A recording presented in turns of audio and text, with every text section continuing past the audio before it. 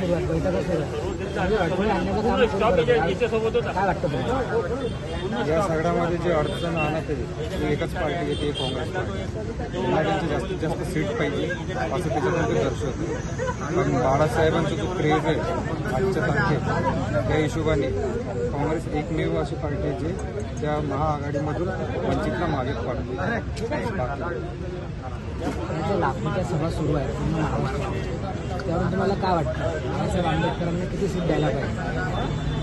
जितक्या पण सभा सुरू आहेत पूर्ण महाराष्ट्रभर वंचित BBAच्या या हिशोबाने बाळासाहेबांच्या पार्टीला BBAला कमीत कमी महाविकास आघाडीमधून 6 ते 10 सीट असलेच पाहिजे.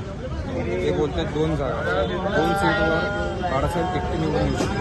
हे महाराष्ट्रात कुठल्याही जिल्ह्यातून उभं राहिलं तरी ती निवडून होती हे खात्री आहे. तर या महाविकास आघाडीमध्ये कमीत कमी BBAला 6 ते 10 सीट असल्याच पाहिजे. त्या पण आपल्याला जर विचार केला तर आपल्या कोणाची हवा काय वातावरण असेल? एकच नाव बाळासाहेब आंबेडकर, दुसरा कोणीच नाही आहे.